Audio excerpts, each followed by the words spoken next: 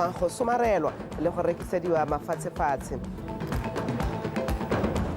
Mosarla Tautona a kgothatsa barutabana go tshwara ka thata gore baithuti ba bone thuto ya boleng. Fa dipaakanyo tsa kgaisano ya Gold Rush National Championships e simololang ka Lamatlhatso kwa Francistown di tsamaya sentle.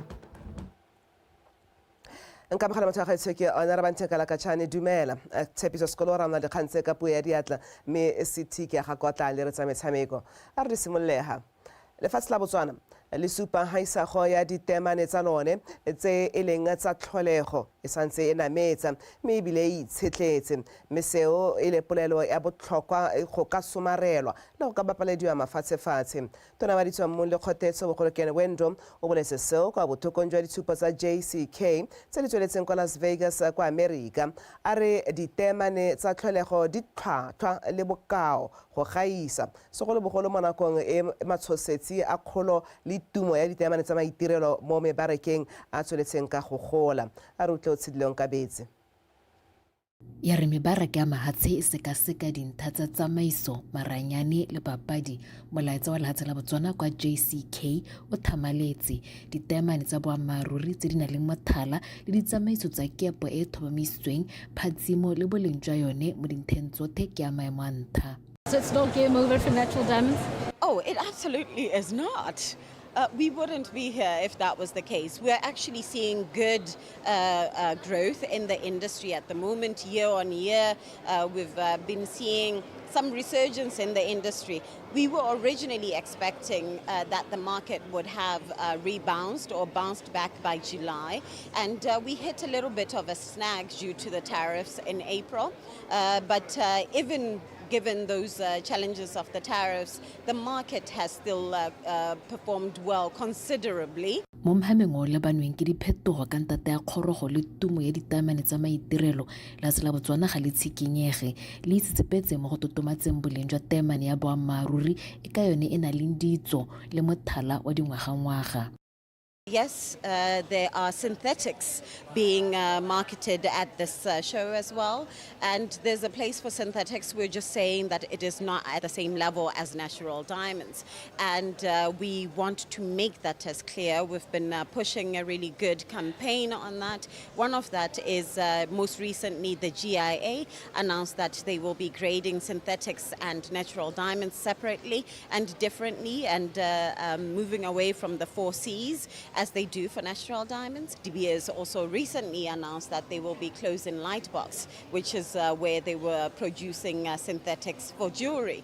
And it's because we are very clear, synthetics, they belong at the bottom of the drill, they belong in computers, and they belong in maybe costume jewelry or entry-level jewelry, but not at the same level as natural diamonds, because natural diamonds are a store of value, of wealth, and they tell a really good story of intergenerational investment. Bana le seabe mo mohameng wa ditamane wa Botswana ba lemoga seabe sa go kopanela go beta tsela e ka sologelang molemo isago ya mohama wa kgwebo ya ditamane ya mahatshe mo lehatsheng la Botswana. Temane ga se ditswa mong hela ke sekao mo thabologong ya batho le itsholelo. Prominence is very key. It is very important that we differentiate ourselves in this type of environment that we are in. So it's very important that people appreciate and understand what diamonds have done for the country, how ethically sourced the diamonds are, and all the things that are very important to the Gen Zs and the millennials. We must accept that the new customer that we are now faced is a very intelligent, demanding, and inquisitive customer. So we're here to be able to tell the story. So we are bringing both polished Okavango Blue and rough diamonds to show the public. So I think in that space it allows an opportunity for people to see the diverse and different stakeholders that are part of the Botswana success story when it comes to diamonds. Mahama le madirelo a ditemane go ralla mahatshe a santse a mekamekane le go leka go itshetela morago ga go babalwa bobe ke manokonoko a kweletase ya theko ya tsone ntateng ya segajaja sa COVID-19. Maraka o jaanong o lebanwe ke seemo sa makgetho a ditemane tse di rekwang ke lehatshe la America. La go ntse jalo lehatshe la Botswana le na le tshologelo e tetseng ya gore lentswe la bana le sabe bothe ba ba direlang mo mohameng le madirelo a ditemane go ralla mahatshe le ta ready tshegediwa go ka boela morago tshwetso e ka kemedi le ketapele ya makgotla a tshwana World Diamond Council a seabe sa one se lemotshegang kwa JCK. Utshidile Onkabetse, Botswana Television, Las Vegas, United States of America. Re santse re le gone kwa Las Vegas kwa America kwa ditshupong tsa JCK. Tautona Advocate Maboko yo setseng a gorogile ko o solofetse gore bolla semmuso motlagana wa Botswana o tla supang bogolo le seabe sa teamane ya Botswana mo mmarakeng wa mahatshehatse. Malatsi a tla latelang e tla nna a ditiragalo ebile a solofetsa mo mohameng le madirelo a diteamane a mono Botswana. Lefatshe la Botswana le tla bo le tlotlomatsa motlhala le seabe sa diteamane tsa lone go di bapatsa mo mebarakeng ya mafatshefatshe. Tautona Boko o solofetse go kopana le baeteledipele le madirelo le dikgwebo tse dikgolo tsa diteamane go akarediwa le lekgotla la Natural Diamonds Council le le itlamileng go bapatsa le go sireletsa mohama wa diteamane tse sentsa maitirelo lefatshe ka bophara. Tautona o tla nna le puisano tse di tla nayang botlhe sebaka sa go lemoga tlholego boleng le seabe sa diteamane tsa Botswana mo itshelong le matlhabolong ya matshelo a Batswana. Mo nakong eno lefatshe leno le lebaganwe ke kgwetlho ya tlhaelo ya madi ka jaana theko ya diteamane tsa lone e wetse tlase. Motswarela Tautona Ndabagaolathe a re lentswe le hanse leno le lebane ke kgwetlho e tona ya itshulelo e wetseng tlase. Puso e ikemiseditse go beeletsa le go ema nokeng barutabana ga mmogo le go araba dilelo tsa bone ka se ka thusa go tsosolosa le go godisa serodumo sa thuto mo lefatsheng leno la Botswana. Gaolathe o ile se mosong ono kwa segopotsong sa ngwaga ono sa barutabana kwa Phalape se se neng se tshwerwe ka molaetsa o rotloetsang go beeletsa mo barutabaneng. And so to rebuild trust and the future of education, we are committed to invest in teachers in many multiple and various ways, including the improvement of working conditions and attending to their welfare issues. This will not be easy, considering a tight fiscal space, but let us remember that economic downturns are not dead ends. They are the furnaces on which great nations are forged. Aristotle, the philosopher, says, educating the mind without educating the heart is no education at all. You are teachers, do both. You ignite the intellect, you nurture empathy, you cultivate resilience. Rasalfo motswarela Tautona Ndabagaolathe o kgothaditse balwapa lora a utlwetse go ikanya modimo mo nakong e thata e ya go tlhokagala ga tona wa pele kgotla a utlwetse. Gaolathe o ne a ile go tshedisa balwapa leo maabane kwa Serowe. Re kgotla a utlwetse yo simolotseng dipolotiki tsa gagwe ka ngwaga wa 1994 o simolotse e le mokhanselara yo itlhophetsweng mme o ne a nna modulasetilo wa khansele ya Legare. A boa a tlhophiwa ka 2014 go emela kgaolo ya Serowe North kwa parlamenteng. Go tloga ka 2014 o ne a tshwere maemo a akaretsang a mothusa tona mo lephateng la temothuo le dijo mmogo le mothusa tona mo lephateng la thuto le tlhabololo dikitso. Ka ngwaga 2019 o ne a nna mo parlamente yo itlhophetsweng a ba a newa maemo a tona wa lephata la dikgaolo le tlhabololo magae go fitlha ka ngwaga wa 2024. Re kgotla Kenneth a utlwetse yo tlhokagetseng ka la bobedi o tla bolokwa kwa Serowe beke tlang e le 14. go tlhalosiwa fa mohamo wa temothuo o sa dire sentle mme seabe sa one mo itsholeleng ya lehatshe leno mo dingwageng tse di 52 se wetse tlase go tswa kwa go 40% go ya kwa go 1.7%. Se se senogile bošeng kwa dithutopuisanong tse di neng di rulagantswe ke ba Botswana Institute for Development Policy Analysis BITPA go buisana le balemi barui kwa kgaolong ya gantsi go batlisisa gore matsapa di a tsaya kae le se se ka dirwang go rarabolla seemo sa thobo e kwa tlase ga mmogo le go fokotsega ga dipalo tsa leruo. A rutwe Angela Inosa.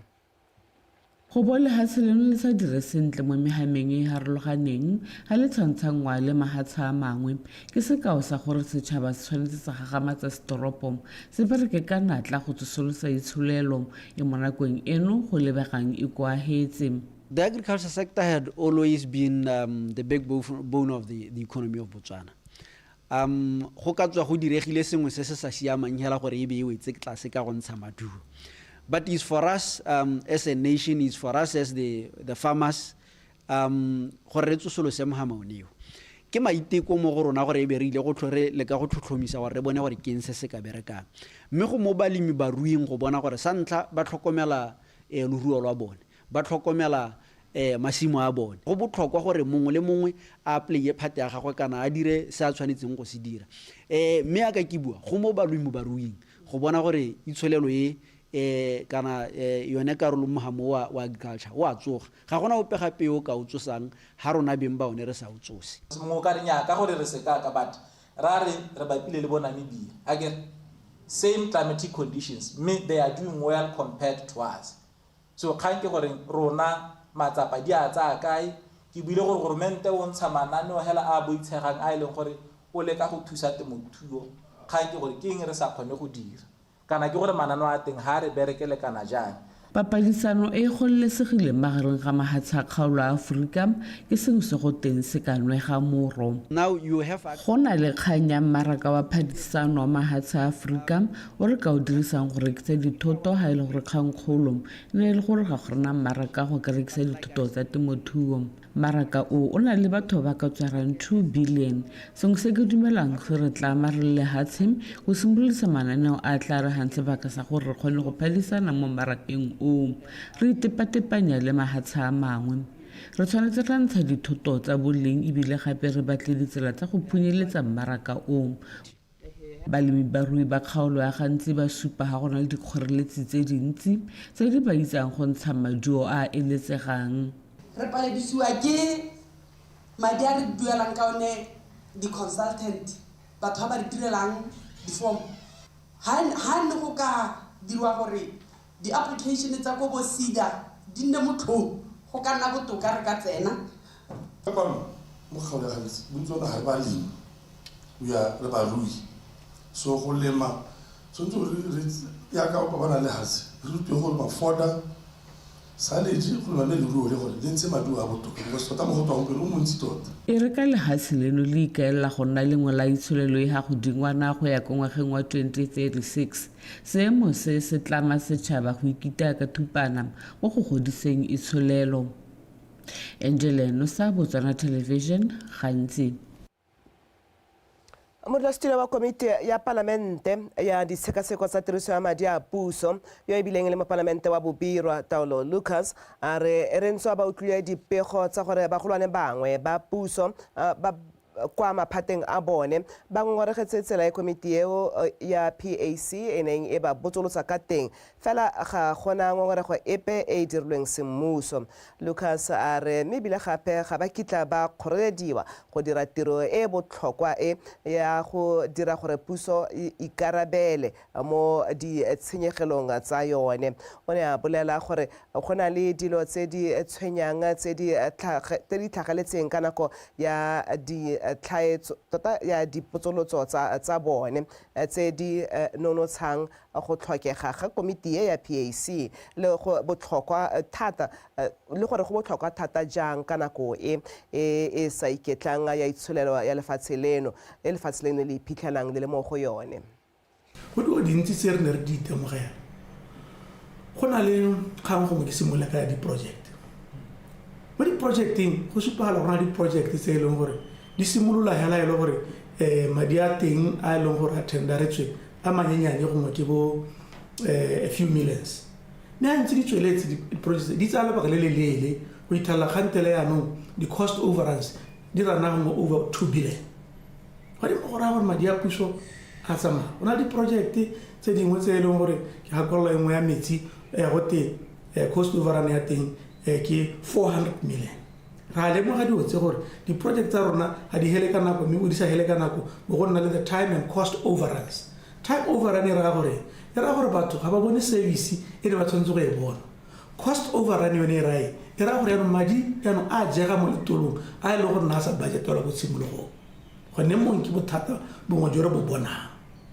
Se sengwe se re se bonang ke gore madi a puso a latlhega go na le mo hela o ithela gote madi a puso a na a latlhega go ne ga thubiwa go gongwe madi a puso a ngwa heta dimilione a ba tsewa mme tsomiso ya teng o ithela e kete ga gongwe ya thaela mo e leng gore ga re leng teng ga tse dingwe tsa tsone ke go di to phimolwa hela ka gore o ithela case ya 2008 gote madi a nyeletse then e ntse e le mo dibukeng case ya 2010 e ntse e le mo dibukeng yaanong gone mo bo bona hela gore le ga e le gore le go kile ga nna le bosupi ja teng ga boyo bo ka tswa bo lathilwe ke gone gore go tsere lebaka le le leele kgang di sa sale morago. Tiro ya rona ke go bona gore dikgang tse di amang tsa thego ya madi a puso di sale morago le gone ka boheo.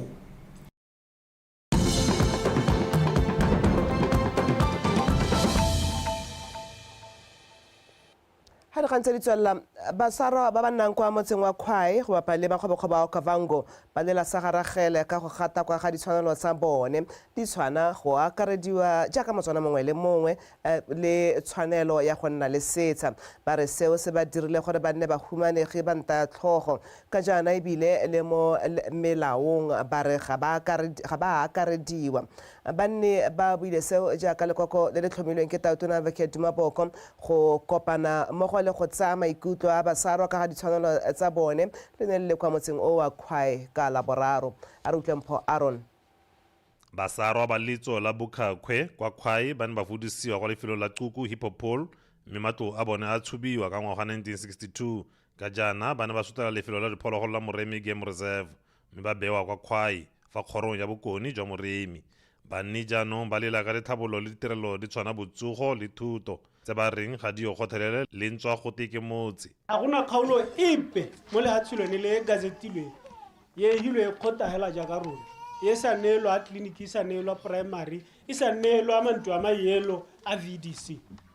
Yaanong seemo se sa rama ka gore ga re kgone go bona le go direla puso mo kgaolong. Batsadi ba rona ba kole ngwao ya bone ba ye ko bojweng ba kgethe bojwa ba tsene mo ba kgethe dio tsena re dira dibaga ka tsone le one melemo yene ba e kgetha ha o tsena hela ana o reletse phaka la ha le thare hela ka jwa letsa go mollati o ile gore o ta swa lona tsatsi leo ke moila. Affirmative action a bereke mo mapalamente a bana ba basarwa please a go nne le mo parlamente a ngwana a mosarwa e go ta re go dirwa melao kwa ebe ngwana yo wa mosarwa le ena le teng ha go dirwa melao re bata dikgosi tsa masarwa ko ntwa dikgosi. Bana ba rona ba ntshiwa ba ya go bokare ba go tsena sekolo ko e le gore the stigmatization kana nyahatso le go gophelwa go thoko go dira gore ba ska ba bua language ya sesarwa ba phutulogile. We are the only tribe in this country ba re suffer injustice e kana kae.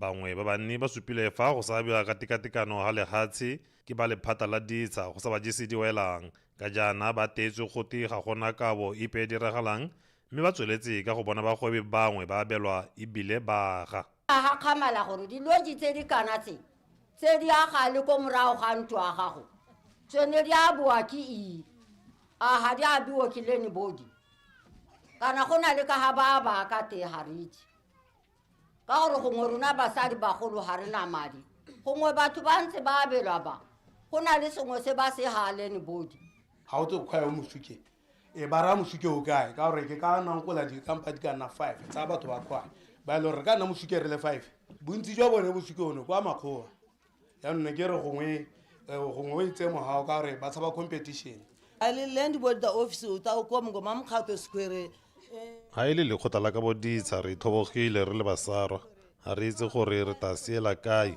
ba lenyatso fa ba lemoga gore o letso la mosarwa re fetogile go nna bathoki ka lephatale puso e itetswe legofi go bo e bone botlhokwa ja go thoma lekokole mme basarwa ba re ba na le tsholofelo ya gore dilo tsa bone di tla reidiwa. Mpho Aron, BTV News, Khwai.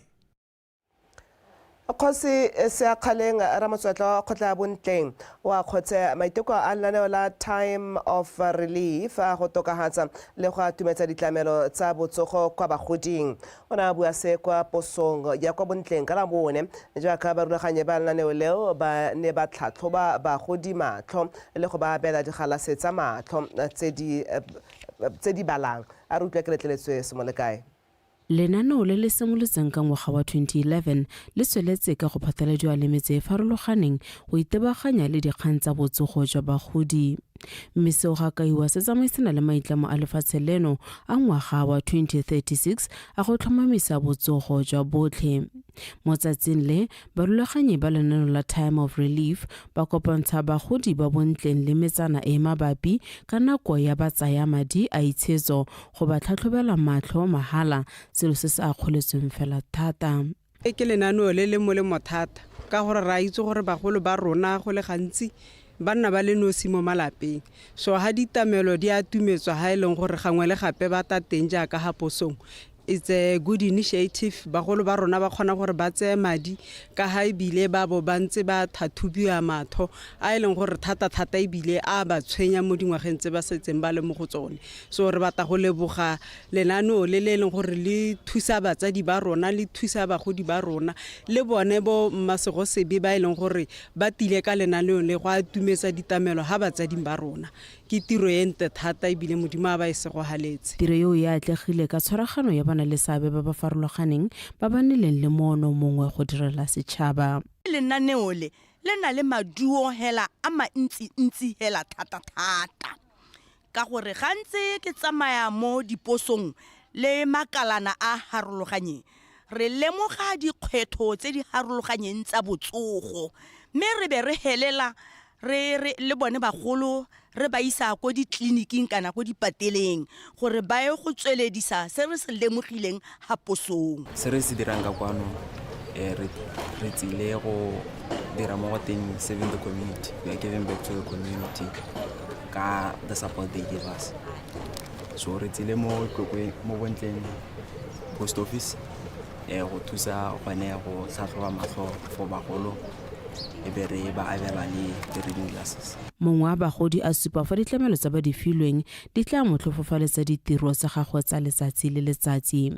Ke a leboga digalase tsena di ga go nthusa ke ntse ke na le kgatlhego e ntsi ya go bala baebele ga ke kgone go ipalela baebele mme ke tsena ke rekela ga go balwa ditemana ke tshwanetse gore kana ga ke tswa kwa lapeng ke be ke itshuletse mofago ga ke kgone go itshulela mofago ke reetsa batho fela ba mpalela yaanong di a go nthusa ka gore ke a go kgona go ipalela nna ka bonna. Kokelana ya matlho ya Eyelight e ne gape ya abela bagodi dikobo mo tsatsing leo.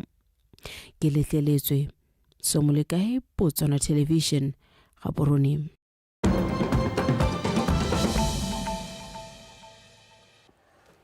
Mo go tsamagatsha sele tautona wa pele wa Zambia Edgar Chagwa Lungu o tlhokafetse maabane mme go ya ka pego ya balwapa Lungu o tlhokafaletse kwa Afrika Borwa kwa ntseng a le mo tlhokomelong ya babongaka.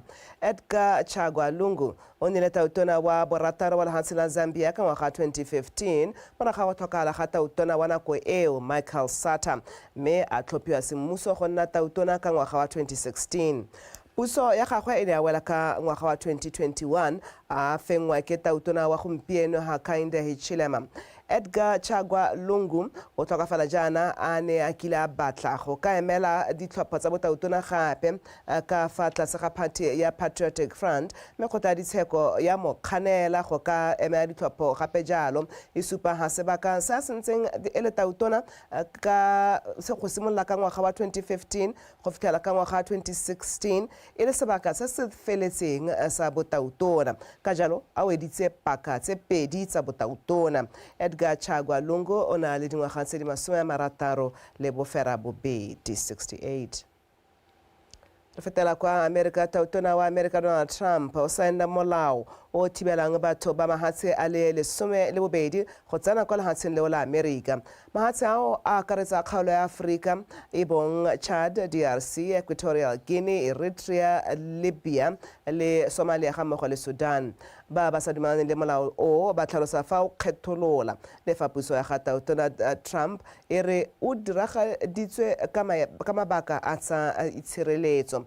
Molao o tla tsena mo tirisong kgwedi eno ya Seetebosigo e le malatsi a fera bongwe. Le fa go ntse jalo go tlhalosiwa fa batshameki le batabogi ba ba tla tsayang karolo mo metshamekong ya World Cup ya ngwaga wa 2026 ga mmogo le di-Olympic tsa ngwaga wa 2028 bone ba tla seke ba amiwe ke phetogo eo. Puso ya ga Trump e tlhalositse gape fa e tla emisa go fa batho ba eseng ba lehatshe la America ba tsena dithuto kwa Harvard University di-visa tsa go ka tsena ka lehatshe la America. Ke stetsi jaanong seti ke ga kwa ka tsa metshameko.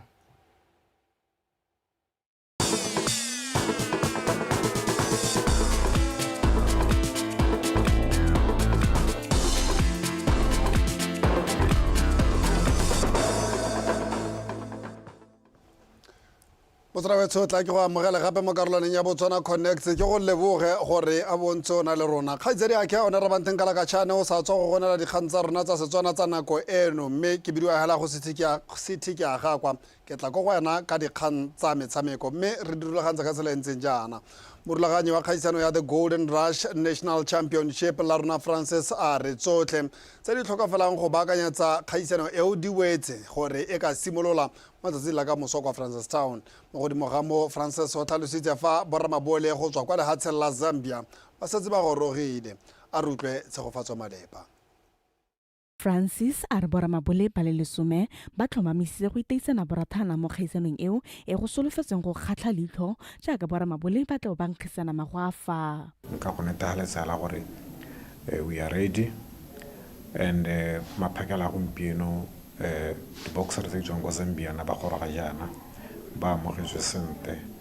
All other logistics tse e leng gore kana bontsi ya tsone dilo di tswa mo gaborone gora gore di a emela tsatsi eno le ka moso ba association le ba BNC ba re thusa go emeletsa ring yone e leng gore go tshamekelwa mo go yone card ya rona kana this event so gora gore there are 5 fights the athletes wote di kana di boxer ba 10 ka palo so ba se ba saene di kontraka ba se ba tisedi the annual medicals.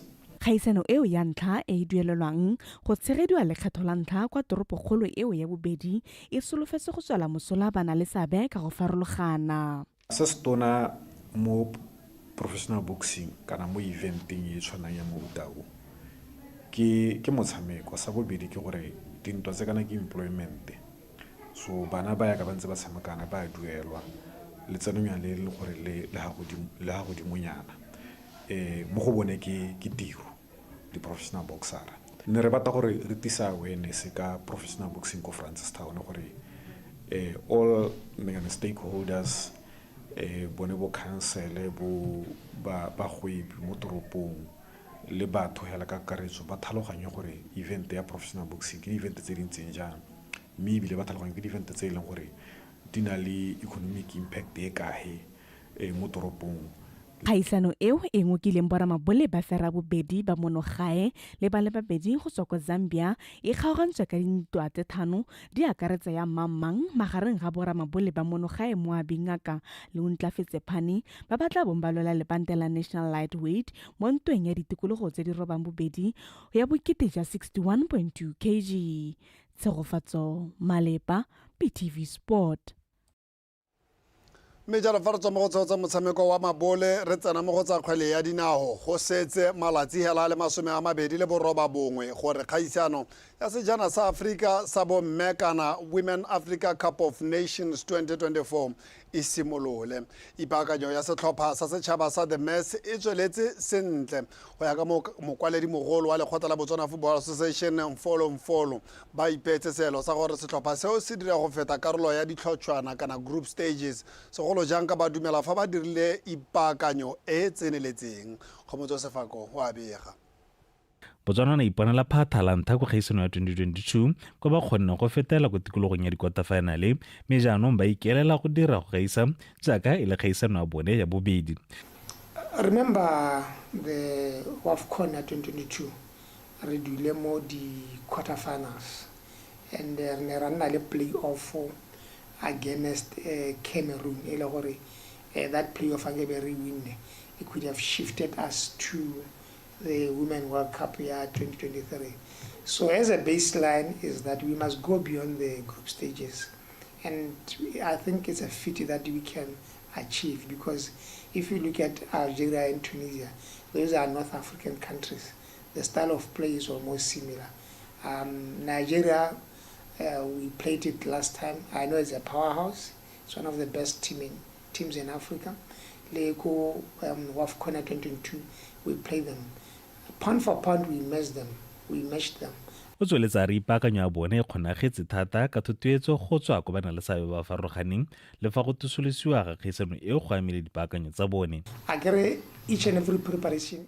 Mo nakong ya gompieno re na le FNB ba e leng barutwetsi ba rona mme go ise go lekane re santse re thokana le barutwetsi ba bangwe. Seemo sa gore kgaisano e tusolosiwa se re amile ka gore re setse re dirisitse madi mo ipaakanyo eo ka gore ipaakanyo nngwe le nngwe e dirisa madi. Go amile le ba ba re thusang ka gore re ne re sa itse gore ipaakanyo ya rona ya go tsaya lebaka le le kae le gore kgaisano ke leng mme ke lebogela gore ba ne ba nna pelotelele ga mmogo le go romente o re thusitse thata. Ba ne ba sa budgetela mo planning ya rona. Setlhopha sa The Mess ne le ikatiso e nngwe beke tse di fetileng kwa kgaisano ya mafatshe a mararo ko ba tshamekileng Maleka le Zambia le go latlhegelwa kgatlhanong la Aforika Borwa. Mfolo a re setlhopha seo se tana le metshameko e mengwe a botsalano pele kgaisano eo e simolola. So 16 ke the official send off that will be done like ke Horment.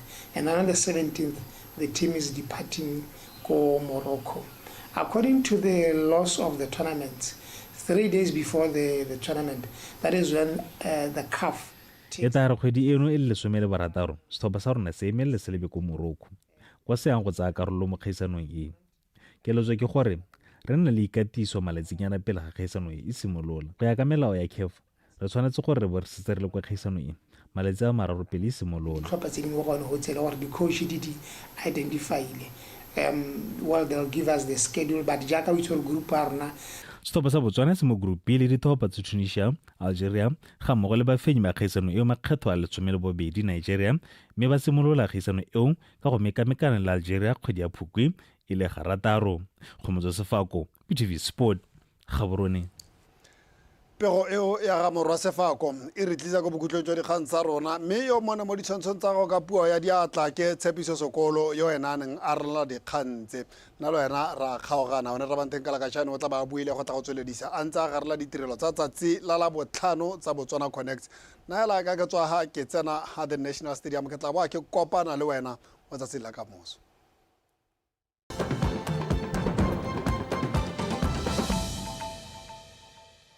The multi-annual indicative program that was launched on 22nd November 2022 and scheduled to run until 2027 is a clear demonstration of this commitment.